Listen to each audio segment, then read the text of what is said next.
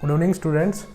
5.1 exercise की कुछ problems हम सोल्व कर चुके हैं। तो आज हम 5.2 एक्सरसाइज का जो फर्स्ट क्वेश्चन है उसकी फर्स्ट क्वेश्चंस का सेकंड पार्ट और जो फोर्थ पार्ट है उनको हम इस वीडियो में सोल्व करेंगे। तो देखिए यहाँ पर जो स्टेटमेंट दिया हुआ है, इस स्टेटमेंट से हमारे पास एक लिस्ट बनेगी। तो वो जो लिस्ट आएगी स्टूडेंट, वो हमने बतानी है एपी में है या नहीं है। देखिए स्टेटमेंट से हम टर्म्स बनाते हैं। The amount of air present in a cylinder. Student यहाँ पे एक सिलेंडर दिया हुआ है और क्लोज सिलेंडर है, यहाँ मेंशन नहीं किया, लेकिन क्योंकि एयर प्रेजेंट है तो क्लोज ही है, ये चारों तरफ से बंद है। The amount of air present in a cylinder when A vacuum pump removes 1/4 of the air remaining in the cylinder eight A time. तो ये कह रहा है स्टूडेंट, जो इस सिलेंडर के अंदर एयर बची हुई है या जो इस सिलेंडर के अंदर एयर है, उस एयर में से वैक्यूम पंप क्या करता है। एक वैक्यूम पंप लगा दिया इसके अंदर और ये वैक्यूम पंप क्या कर रहा है, एयर को बाहर निकाल रहा है। और एक समय में यानी एक टाइम इंटरवल के अंदर ये जो एयर इसके अंदर प्रेजेंट है उसका 1/4 यानी मान लीजिए मैंने इसमें लेट कर लिया एयर का जो अमाउंट है इसके अंदर, यानी एयर की जो वॉल्यूम है वो मैंने वी लेट कर ली। तो एक समय में यानी जो टाइम इंटरवल देगा वो, या हम अपनी तरफ से लेंगे उस इन टाइम इंटरवल में इसके अंदर जो एयर प्रेजेंट है उसका चौथा हिस्सा यानी फोर्थ पार्ट जो है ये वैक्यूम पंप क्या कर रहा है, बाहर निकाल रहा है। तो ऐसे हमें 3-4 स्टेप करने हैं। पहले स्टेप में हमने वॉल्यूम ली है वी और उस स्टेप में हम इसका 1/4 बाहर निकालेंगे, फिर जो एयर बचेगी उसका 1/4 बाहर निकालेंगे। ऐसे हमारे पास लिस्ट आ जाएगी और उस लिस्ट को हमें चेक करना है। तो इनिशियली स्टूडेंट जो इसके अंदर एयर है उसकी जो वॉल्यूम है, वॉल्यूम ऑफ एयर, वो मैंने लेट कर ली स्टूडेंट V। अब क्योंकि जो वैक्यूम पंप है वो इसमें लगाया, वो क्या कर रहा है, मान लीजिए मैंने किया स्टेप फर्स्ट, ये वैक्यूम पंप क्या कर रहा है, इसमें से इसके अंदर जो एयर प्रेजेंट है उसका 1/4 बाहर निकाल रहा है, यानी V इसके अंदर प्रेजेंट है। तो वैक्यूम पंप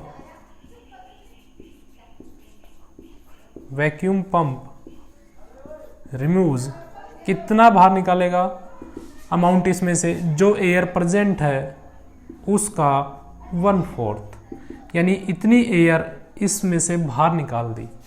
तो रिमेनिंग जो एयर है वो कितनी आएगी, यानी इसके अंदर जो अब एयर बचेगी स्टूडेंट वो कितनी आएगी, V इसके अंदर प्रेजेंट थी, इतनी एयर को हमने एक समय में बाहर निकाल दिया एट ए टाइम। तो इसका वॉल्यूम एलसीएम लेके जब हम सोल्व करेंगे तो 4V - V = 3V/4 ये वॉल्यूम आ गई। ये मान लीजिए स्टूडेंट इनिशियल जो वॉल्यूम है उसको हमने V1 लेट कर लिया यानी इनिशियली। और अब जो हमारे पास पहले स्टेप में जब हमने इतनी वॉल्यूम बाहर निकाल दी तो हमारे पास जो वॉल्यूम आई उसको हमने लेट कर लिया V2। अब जो एयर बची है वैक्यूम पंप को हम फिर ओपन कर देते हैं। तो जो ये एयर बची है स्टूडेंट, वैक्यूम पंप क्या करेगा, जो यहाँ वैक्यूम पंप लगा हुआ है वो जो ये एयर बची है इसका 1/4 फिर बाहर निकाल देगा, यानी वैक्यूम पंप रिमूव्स, हमारे पास वॉल्यूम बची थी 3V/4, इसका 1/4 ये आ गया, इसका 1/4 इसको इस वैक्यूम पंप ने बाहर निकाल दिया, यानी 3V/16 इतना अमाउंट है वो बाहर निकल गया। तो रिमेनिंग जो एयर आएगी, पहले स्टेप में हमारे पास वॉल्यूम इतनी बची थी, अब इतनी बाहर आ चुकी है। तो रिमेनिंग एयर क्या आएगी, 3V/4 - 3V/16 और इसको एलसीएम लेके सोल्व करेंगे तो ये आएगा 12V - 3V = 9V/16। ये आ गए स्टूडेंट वॉल्यूम V3। देखिए सेकंड जो स्टेप हमने किया, ये सेकंड स्टेप था हमारा। फर्स्ट स्टेप में जब इनिशियली वॉल्यूम थी V थी, फर्स्ट स्टेप में इतना उसने बाहर निकाल दिया और फर्स्ट जब इतनी बाहर निकल गई फर्स्ट स्टेप में, तो वॉल्यूम हमारे पास बची थी 3v/4। यानी जब हम सेकंड स्टेप पे जाएंगे तो हमारे पास सेकंड स्टेप के लिए v2 यानी वॉल्यूम होगी 3v/4।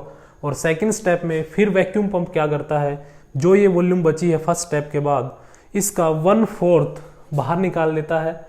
ये वॉल्यूम हमारे पास बची थी सेकंड स्टेप जब हमने शुरू किया था, और इतनी वॉल्यूम बाहर निकल गई, तो हमारे पास अब थर्ड स्टेप के लिए जो वॉल्यूम आएगी, इसमें से इस वॉल्यूम में से जो बाहर निकाल दी वो हमने माइनस कर दिया। तो थर्ड स्टेप के लिए स्टूडेंट हमारे पास वॉल्यूम बचा है 3v/16। यानी जब हम थर्ड स्टेप पे जा रहे हैं तो हमारे पास इस सिलेंडर के अंदर जो वॉल्यूम का अमाउंट है, जो एयर का अमाउंट है, वो है 9v/16, और इसको हमने क्या लेट कर लिया, v3। तो अब हम चलते हैं स्टूडेंट थर्ड स्टेप पे। वैक्यूम पंप फिर ओपन कर दिया, और जैसे ही आप वैक्यूम पंप को ओपन करेंगे, ये फिर जो एयर बची हुई है सिलेंडर के अंदर, उसका 1/4 यानी v3 का 1/4 बाहर निकाल देगा। v3 है 9v/16, और इसका 1/4 ये आएगा स्टूडेंट 9v/64। यानी थर्ड स्टेप में इतनी हवा को, इतनी एयर को उसने, वैक्यूम पंप ने सिलेंडर से बाहर निकाल दिया। तो अब जो रिमेनिंग एयर आएगी वो आ जाएगी स्टूडेंट। थर्ड स्टेप जब हमने शुरू किया था तो हमारे पास इतनी वॉल्यूम थी 9v/16, यानी एयर की जो वॉल्यूम इतनी थी, इतनी वैक्यूम पंप ने बाहर निकाल दी 64। और इसको हम एलसीएम लेके सिंप्लीफाई कर देते हैं। 16 4 जा 64, 4 की 9 से प्रोडक्ट करेंगे 36v - 9v, and this comes out 27/64 into v and so on.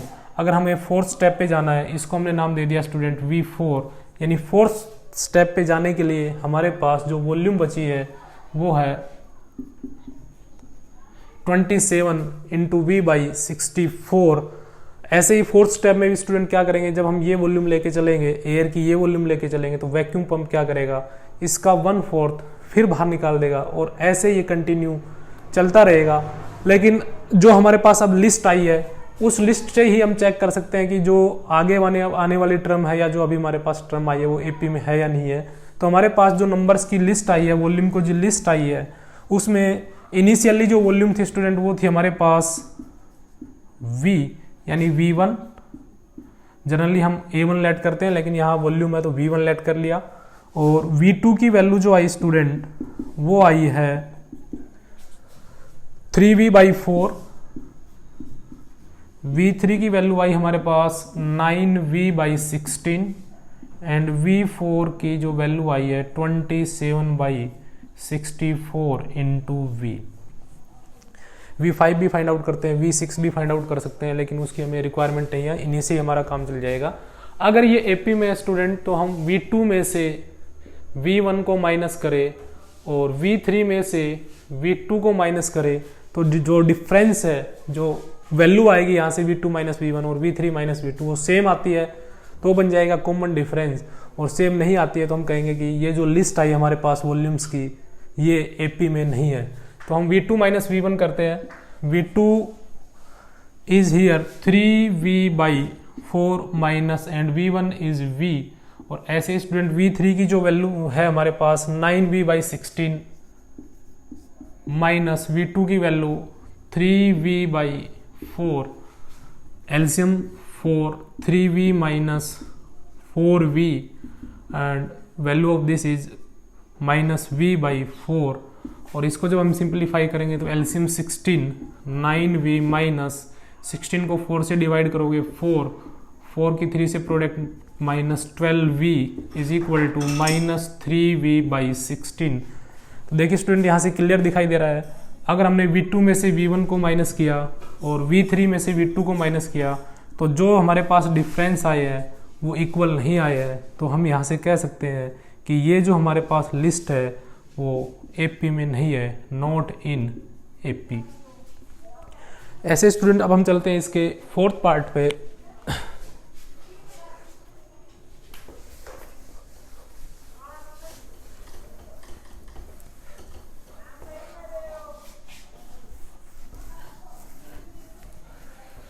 Fourth part में जो दिया हुआ है स्टूडेंट, उसको एक बार स्टेटमेंट को पढ़ लीजिए। The amount of money in the account every year when ₹10,000 is deposit eight compound. देखिए स्टूडेंट, ये इंटरेस्ट से रिलेटेड क्वेश्चन है। आपने छोटी क्लासेज में इसको पढ़ा होगा कि जो हमारे पास इंटरेस्ट होता है वो दो तरह का होता है, सिंपल इंटरेस्ट और कंपाउंड इंटरेस्ट। लेकिन यहाँ जो इंटरेस्ट की बात हो रही है वो है हमारे पास कंपाउंड इंटरेस्ट। और कंपाउंड इंटरेस्ट के अंदर अमाउंट के बारे में पूछा गया है, the amount of money in the account every year, यानी प्रत्येक साल बाद, 1 साल बाद, 2 साल बाद, 3 साल बाद, after 1 year, after 2 year, after 3 year, जो आप डिपॉजिट कराएंगे, डिपॉजिट होने के बाद उसके अंदर जो इंटरेस्ट लगेगा और जो आपको रुपीज़ वापस मिलेंगे या आपके जो रुपए बनेंगे इंटरेस्ट लगने के बाद, वो कह रहा है वो जो अमाउंट आएगा after 1 year, after 2 year, after 3 year, वो जो लिस्ट बनेगी अमाउंट्स की कि फर्स्ट ईयर के बाद कितना होगा, सेकंड ईयर के बाद कितना होगा, थर्ड ईयर के बाद कितना होगा, फोर्थ ईयर के बाद कितना होगा, यानी आफ्टर 4 ईयर कितना होगा, आफ्टर 3 ईयर कितना होगा, आफ्टर 2 ईयर कितना होगा, आफ्टर 1 ईयर कितना होगा। तो ये जो लिस्ट आएगी हमारे पास वो हमने चेक करनी है स्टूडेंट एपी में है या नहीं है। तो इसके लिए हम ये अमाउंट फाइंड आउट करेंगे। तो कंपाउंड इंटरेस्ट या कंपाउंड अमाउंट की बात करेंगे हम। यहाँ पर अमाउंट जो है ये कौन सा अमाउंट है, जब हमारा जो इंटरेस्ट है वो कंपाउंड होता है, यानी हर साल के बाद हमारा जो इंटरेस्ट है वो ऐड होता है और हर साल के बाद, हर न्यू ईयर के बाद अमाउंट जो है, प्रिंसिपल जो है वो चेंज होता है। तो अमाउंट का जो फॉर्मूला होता है कंपाउंडली वो होता है student P into 1 plus R/100 raise to power T। P होता है स्टूडेंट यहाँ पर प्रिंसिपल वो होता है जब आप बैंक में जाते हो, कुछ अपनी तरफ से जो पैसे डिपॉजिट कराने के लिए ले जाते हो तो उसको हम बोलते हैं स्टूडेंट प्रिंसिपल, या आप किसी को उधार देते हो तो उसको बोला जाता है प्रिंसिपल। और जब आप उस पर इंटरेस्ट लेते हो तो जो आपने पैसे दिए थे या रुपए दिए थे वो प्लस जो आप इंटरेस्ट ले रहे हो उन दोनों को मिला दें तो वो बन जाता है अमाउंट। तो अमाउंट का जो फॉर्मूला होता है P इंटू 1 प्लस R होती है रेट बाई 100 और T है स्टूडेंट यहाँ पर टाइम, यानी 1 ईयर के लिए, 2 ईयर के लिए या 3 ईयर के लिए। तो आप यहाँ पे देखिए स्टूडेंट, प्रिंसिपल जो हमारे पास दिया हुआ है कितने रुपए डिपॉजिट करा रहा है, 10,000 इज डिपॉजिट, यानी जो हमारा प्रिंसिपल है स्टूडेंट वो आएगा 10,000। अब हम क्या करेंगे, after 1 year, after 2 year, after 3 year, after 4 year ये अमाउंट फाइंड आउट करेंगे। तो आफ्टर फर्स्ट ईयर या आफ्टर 1 ईयर जो अमाउंट आएगा उसको मैं A1 से रिप्रेजेंट कर रहा हूं। तो यहां अमाउंट है प्रिंसिपल है 10,000 इंटू 1 प्लस R। देखिए स्टूडेंट, जब आप स्टेटमेंट में देखेंगे तो वहां दिया हुआ है 8% पर एनम, तो ये हो गई 8/100 और टाइम है स्टूडेंट यहाँ पर 1, क्योंकि आप 1 ईयर का अमाउंट निकाल रहे हैं। तो आफ्टर 2 ईयर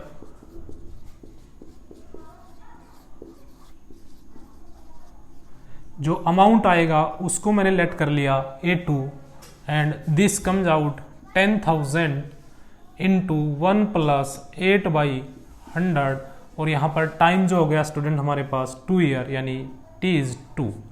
ऐसे student after 3 year the amount is 10,000 into 1 plus 8/100 raise to power 3 and after 4 year 10,000 into 1 plus 8/100 raise to power 4। ऐसे स्टूडेंट आप 5 ईयर के बाद या after 5 year, after 6 year, after 7 year आप अमाउंट बता सकते हैं। लेकिन हमारे पास कुछ एक लिस्ट आ गई है तो हम इन्हीं से ही कंक्लूजन निकाल लेंगे कि जो हमारे पास लिस्ट बनेगी वो AP में है या नहीं है। तो यहाँ मैं फाइंड आउट कर रहा हूँ A2 minus A1 and A3 minus A2। A2 is 10,000 into 1 plus 8/100 raise to power 2 minus 10,000 1 plus 8/100 raise to power 1। और जब हम ये फाइंड आउट करेंगे तो 10,000 into 1 plus 8/100 and time is here 3 year minus 10,000 into 1 plus 8/100 and time is here 2 year। इसको हम student सीधा solve करके कॉमन लेके सोल्व करते हैं। तो देखिए एक तो 10,000 दोनों में कॉमन है और ये वाली वैल्यू भी कॉमन है, लेकिन यहाँ 1 पावर है, यहाँ 2 पावर है, तो आप 1 पावर कॉमन ले सकते हैं और इस तरीके से आप इसको सोल्व करें। 10,000 इंटू 1 प्लस 8/100 ये मैंने कॉमन ले लिया। एक पावर ही कॉमन आएगी इसकी, क्योंकि इसके पास 2 है, इसके पास 1 है, तो दोनों के पास एक एक पावर कॉमन है। ये बाहर आ गया, ये भी बाहर आ गया, 2 पावर थी, 1 पावर बचेगी यहाँ, माइनस ये कंप्लीटली बाहर चला गया 1, -1 से +1 कैंसिल। 10,000 into 1 plus 8/100 into 8/100। इसको आगे सोल्व करने की जरूरत नहीं है स्टूडेंट, हम दूसरा पार्ट सोल्व करते हैं। इसमें और इसमें भी कॉमन देख लीजिए, A2 माइनस A3 वाला पार्ट है ये, यानी जो A3 में से A2 को सब्ट्रैक्ट कर रहे हैं, कॉमन आ जाएगा 10,000 इंटू 1 प्लस 8/100। तो देखिए इसके पास 2 पावर है, इसके पास 3 पावर है, इसके पास 2 पावर है, तो दोनों के पास इसका मतलब 2 पावर तो कन्फर्म है, तो 2 पावर हमने कॉमन ले ली। 3 पावर थी इसके पास, 1 पावर बच जाएगी, यानी 1 प्लस 8/100 इसकी पावर 1 ये बच गई। आप इसको सिंपली ऐसे भी लिख सकते हैं, और माइनस ये कंप्लीटली आपने बाहर ले लिया 1, ये cancel. 10,000 into 1 plus 8/100 into power 2 8/100। तो आप इनका कंपैरिजन कीजिए, देखिए दोनों वैल्यू सेम है या डिफरेंट। तो स्टूडेंट यहाँ बिल्कुल क्लियर दिखाई दे रही है, यहाँ पर इसकी सिंगल पावर आई है, यहाँ पर 2 पावर आई है, बाकी सब कुछ तो सेम है, लेकिन यहाँ 1 पावर है, यहाँ 2 पावर है। इसका मतलब क्या है, डिफरेंस जो है वो सेम नहीं है, यानी डिफरेंस सेम नहीं है, तो ये किस में हो गया, नॉट इन एपी।